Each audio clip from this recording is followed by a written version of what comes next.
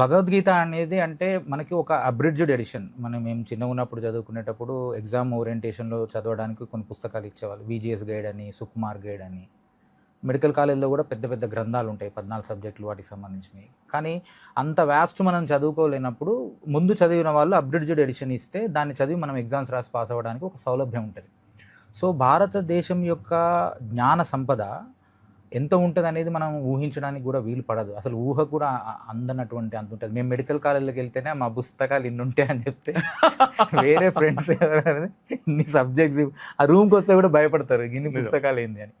అటువంటిది తక్షశిల యూనివర్సిటీని కాల్చివేస్తే 6 నెలలు పట్టింది కాలడానికి అని చెప్పేసి. ఒక బ్రిటిష్ గవర్నర్ జనరల్ ఆ స్థాయి ఉన్న అధికారి ఏం చెప్పినాడంటే, మా దేశం మొత్తం సాహిత్యం మీ లైబ్రరీలో ఒక షెల్ఫ్ అంతా అంటే 1170 చిల్లర వేదాల యొక్క శాఖలు. అందులో మనకిప్పుడు 13 మాత్రమే అవైలబుల్ ఉన్నాయి. దాంట్లో 6 మాత్రమే మనకి లిపి ద్వారా దొరికినాయని చెప్పుకుంటారు. సో అంటే ఇమాజిన్ చేసుకోండి మీకు, అంటే పౌరాణికంలో నుంచి చెప్పాలంటే ఒకసారి ఒక ముని అడుగుతాడు బ్రహ్మని, కొంచెం ఆయుష్ నేను కొంచెం చదువుకుంటా అని చెప్పేసి. చదువుకుంటాడు, మళ్ళీ అవుతుంది 400 సంవత్సరాలు ఇచ్చాను, వచ్చాడు మళ్ళీ బ్రహ్మ అవుతాడు. అంటే దాన్ని ఆ విధంగా చెప్పాలని చెప్తున్నాను మీకు. 400 సంవత్సరాలు అయిపోయిన తర్వాత ఏమయ్యా రా మరి ఇంకా అంటే నాది అయిపోలేదు మళ్ళీ చదువుతా అంటే మళ్ళీ ఒక 400 సంవత్సరాలు ఆయుష్ ఇస్తాడు, మళ్ళీ చదువుతూ ఉంటాడు. భరద్వాజ ముని అనుకుంటా రామాయణంలో. మళ్ళీ ఇంకొక 400 సంవత్సరాలు అట్లా ఎక్స్టెన్షన్ ఇస్తే కూడా ఆయన ఇంకా అయిపోలేదు నాది, ఇంకా చదువుతూనే ఉన్నాయి. ఎంత చదివినాం అంటే అదొక పర్వతం అంటుంటే నేను ఇసుకరినంత చదివినా అని అంటాడు. అంటే అంత అనంతమైనటువంటి జ్ఞానం ఉన్న దాంట్లో మనకు కన్ఫ్యూజన్ లేకుండా మానవ జాతి యొక్క మేధస్సు కానీ మానవ జాతి యొక్క కెపాసిటీస్ కానీ తగ్గుతూ వస్తున్న క్రమంలో మన యూత్ జనరేషన్ చూసినా కూడా అప్పుడంత చదువులు చదువుతలేరు. అబ్రిడ్జ్డ్ ఎడిషన్స్ వాటికి వస్తున్నారు అనుకోండి. అట్లా అబ్రిడ్జ్డ్ ఎడిషన్ ఇవ్వడానికి గీతాచార్యులు కృష్ణుడు ఈ వేదాలు, ఉపనిషత్తులు, దాని తర్వాత ఇతిహాసాలు వాటికి సంబంధించినది అబ్రిడ్జ్డ్ ఎడిషన్లో మనకు భగవద్గీతలో 700 శ్లోకాల్లో ఎన్క్రిప్టెడ్ ఫామ్లో ఇచ్చాడు మనకి. అయితే దాంట్లో మనం మోడర్న్ సైన్స్ చదువుతున్నప్పుడు 2004, 2006 ఆ ప్రాంతంలోనే కొంచెం చదవాలనిపించినప్పుడు వాటిలో ఆ ఎంతూజియాజంతో చదువుతున్నప్పుడు కొన్ని శ్లోకాలు, సపోజ్ ఎగ్జాంపుల్ చెప్తాను మీకు, టాపిక్ తీశారు కాబట్టి. భగవద్గీతలో పురుషోత్తమ ప్రాప్తి యోగం అని ఉంటుంది 15వ చాప్టర్. దాంట్లో 14వ శ్లోకం ఉంటుంది. చాలా ఫేమస్. మామూలుగా ఏమాత్రం మన ధర్మంలో కొంచెం ముందుకు అవగాహన ఉన్న వాళ్ళందరూ తినేటప్పుడు చదువుకుంటారు. భోజనం చేసే ముందు ప్రార్థన చేస్తారు. అహం వైశ్వానరో భూత్వా ప్రాణినాం దేహమాశ్రిత ప్రాణాపాన సమాయుక్త పచామి అన్నం చతుర్విధం అని చెప్తాడు.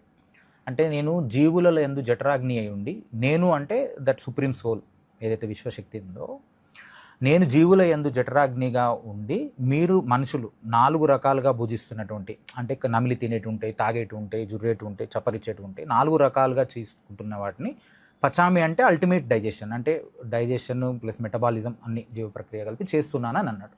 ఇంతవరకు చాలా సింపుల్ ఉంది. జఠరాగ్ని అంటే హైడ్రోక్లోరిక్ యాసిడ్, దాన్నే అన్నాడు, నేను జఠరాగ్ని అని అన్నాడు అనుకుంటే సరిపోతుంది. కానీ ప్రాణాపాన అని ఒక లైన్ వచ్చింది. ఊరికే వచ్చి ఉంటుందా అంటే 5100 సంవత్సరాలు 5100 సంవత్సరాల క్రితం ఇన్ని శ్లోకాలు ఇంత పకడ్బందీగా చెప్పినటువంటి ఫార్ములాస్ ఇచ్చినటువంటి వ్యక్తి ఊరికే అచానక్ ఒక పదం వేశాడని మనం అనుకుందామా అంటే ఛాన్స్ లేదని అనిపించింది. అప్పుడు ఈ ప్రాణ అపాన అంటే నాకు అర్థమైంది ఏంటంటే ప్రాణవాయువు అపానవాయువు అనేవి ఉన్నాయి మనకి. ప్రాణ అపాన వాయువులతో సమ్మిళితమై వాటితో సంయుక్తంగా నేను డైజెషన్ చేస్తున్నాను అన్నాడు.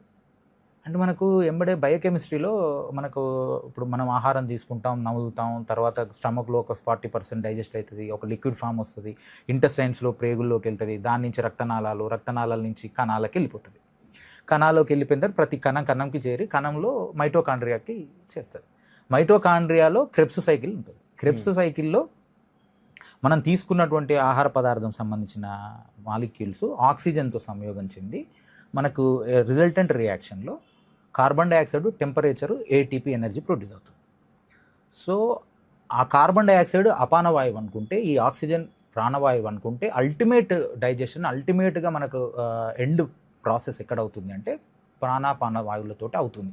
ఆ ఏటీపీఏ ఎనర్జీ మనకు వస్తుంది. ఆ టెంపరేచరే వైశ్వానరం. అంటే ఇప్పుడు ఒక మనిషి కూర్చొని లేచిపోయిన తర్వాత మనకు అక్కడ వేడిగా ఉంటుంది. ఈ నిత్యం మనల్ని టెంపరేచర్ మెయింటైన్ చేస్తుంది. బయట ఎంత టెంపరేచర్ ఉన్నా చలికాలంలో 10-15, మళ్ళీ ఎండాకాలంలో సమ్మర్లో 50 దాకా పోయినా కూడా మన కోర్ టెంపరేచర్ మనం మెయింటైన్ చేస్తూ ఉంటాం. మెయింటైన్ చేసే థర్మో రెగ్యులేషన్ సంబంధించింది ఆ ఫుడ్ నుంచి మనకు జనరేట్ అవుతుంది. సో ఆ టెంపరేచర్ని వైశ్వానరం అంటాం మనము. సో ఈ ప్రాణాపాన అంటే అప్పుడు మళ్ళీ అంటే చాలా రీసెంట్గా మామూలుగా పంతులు వాళ్ళు పూజ చేసేవాళ్ళు మన ఇళ్ళల్లో నైవేద్యం పెట్టిన తర్వాత ప్రాణాయ సహ అపానాయ స్వాహ వ్యానాయ స్వాహ ఉదానాయ స్వాహ సమానాయ స్వాహ అంటారు. అంటే నువ్వు పెట్టేది ఆహారము, స్వాహనేమో అక్కడికి స్వాహ అంటున్నావు. అంటే నాకు అక్కడే వెంబడే కనెక్షన్ ఏర్పడింది. అంటే ఓహో ఇది అల్టిమేట్గా వాయువు రూపంలో వెళ్ళిపోతుంది అనేది ఎప్పుడు ఎన్ని వేల సంవత్సరాల నుంచి కూడా మన ఆహారం తీసుకున్నటువంటి ఆహారం ultimate digestion, ultimate end product metabolism వాయువులో అవుతుందని ఈ 5 రకాల వాయువులు, ఇంకొక 5 రకాల వాయువులు ఉన్నాయి, వాటి ఏంటనేది తర్వాత డీటెయిల్స్. ఈ 5 రకాల వాయువులోకి వెళ్తుంది. అంటే అక్కడ నాకు మంచి ఎంతూజియాజం, మంచి పాయింట్ లాగా అనిపించింది. ఊరికే పెట్టలేదు వాళ్ళు, ప్రాణాపాన సమాయుక్తలో ఇంత అర్థం ఉంది అని చెప్పేసి. సో అలానే మనం అదే 15వ అధ్యాయంలో పురుషోత్తమ ప్రాప్తి యోగంలో ఫస్ట్ శ్లోకం ఉంటుంది. ఊర్ధ్వమూలం అధశాఖం అశ్వత్థం ప్రాహురవ్యయం ఛందాంసి యస్య పర్ణాని యస్తం వేద సవేదవిత్ అధశ్చోర్ధ్వం ప్రసృతాస్తస్య శాఖ గుణప్రవృద్ధ విషయ ప్రబాలాః అధశ్చ మూలాని అనుసంతతాని కర్మానుబంధీని మనుష్యలోకే నరూపమస్యేహ తతోపలభ్యతే నాంతో నచాది నచ సంప్రతిష్ట అశ్వత్థమేనం సుగురూఢమూలం అసంగశస్త్రేణ దృఢేన చిత్వా అని ఒక 3 శ్లోకాలు ఉంటాయి. అంటే ఏం చెప్తున్నారంటే ఒక అశ్వత్థం అనే ఒక ఫేమస్ ట్రీ ఉందంట, దాని యొక్క రూట్స్ పైకి ఉన్నాయంట, దాని స్టెమ్, దాని బ్రాంచెస్ అన్ని కిందికి ఉన్నాయంట. వాటి ఎండ్లో ఫలాలు వస్తాయి కదా, ఎక్కడికైనా వచ్చి ట్రీకి ఎండ్లో ఫలాలు వస్తాయి. ఆ ఫలాలుని తీసుకునే క్రమంలో బందీ అయిపోయింది ఈ లోకంలోకి ఆ చెట్టు ద్వారా అని చెప్పేసి చెప్తాడు. అసంగం అనే శస్త్రం ద్వారా, అది వేదాంతపరమైన వాక్యము. డిటాచ్మెంట్ అంటే ఏంది, మనం ఎలా దీన్ని ఆ ఎంటాంగిల్మెంట్, ఆ ఫలాలని సేవించే క్రమంలో మనం ఎట్లా ఎంటాంగిల్ అవుతాం కర్మల ద్వారా, ఆ విషయ ప్రపంచంలోకి ఎట్లా ఎంటాంగిల్ అవుతాం ఇంద్రియాల ద్వారా ఫలాలను అనుభవించేటప్పుడు, వాటిని ఎట్లా కట్ చేసుకోవాలి, అసంగశస్త్రం డిటాచ్మెంట్ అనేది చెప్పాడు బాగానే. కానీ దీన్ని ఏ ట్రీ అని ఉంటారంటే, నేను చాలా బుక్లు చదివితే నాకు అనిపించింది ఏంటంటే ఏ ట్రీ అయి ఉండొచ్చు అంటే, చాలామంది చెప్పారు అంటే ఊర్ధ్వలోకాలు ఉంటాయి, బ్రహ్మ క్రియేషన్, అక్కడి నుంచి మన మానవ లోకం, మనం అక్కడి నుంచి వచ్చాము అనే రకరకాల వాదనలు విన్నాను. కానీ నాకు అలా అనిపించలేదు, ఇంకా ఏదో ఉంది దీంట్లో అర్థం అని చెప్పేసి. అంటే సడన్గా ఒకసారి అట్లా అనిపించింది ఏంటంటే, ఇది అంత ఫేమస్ అన్నాడు కదా, చాలా ఫేమస్. ఇట్ ఈస్ ఫేమస్ అని అంటే ఏమంటారు, it is known to every one. Actually famous అంటే అంతే కదా, ఇప్పుడు ఏదైనా famous leader in the country, famous star అంటే ఏంది, is known to every one. So మన అందరికి తెలిసిన సబ్జెక్ట్ అయి ఉండాలి, ఇది మన అందరిలో ఉంటుంది. మీరు ఏమైనా గెస్ట్ చేస్తే కూడా చేయొచ్చు. చెప్పండి. సో అదేంటంటే ఊర్ధ్వమూలం అంటే మనకి ఇప్పుడు బ్రెయిన్ ఉంది, అది పైన ఉంటుంది. ఆ బ్రెయిన్ నుంచి మనకు ఒక స్టెమ్ లాంటి స్పైనల్ కార్డ్ వస్తుంది.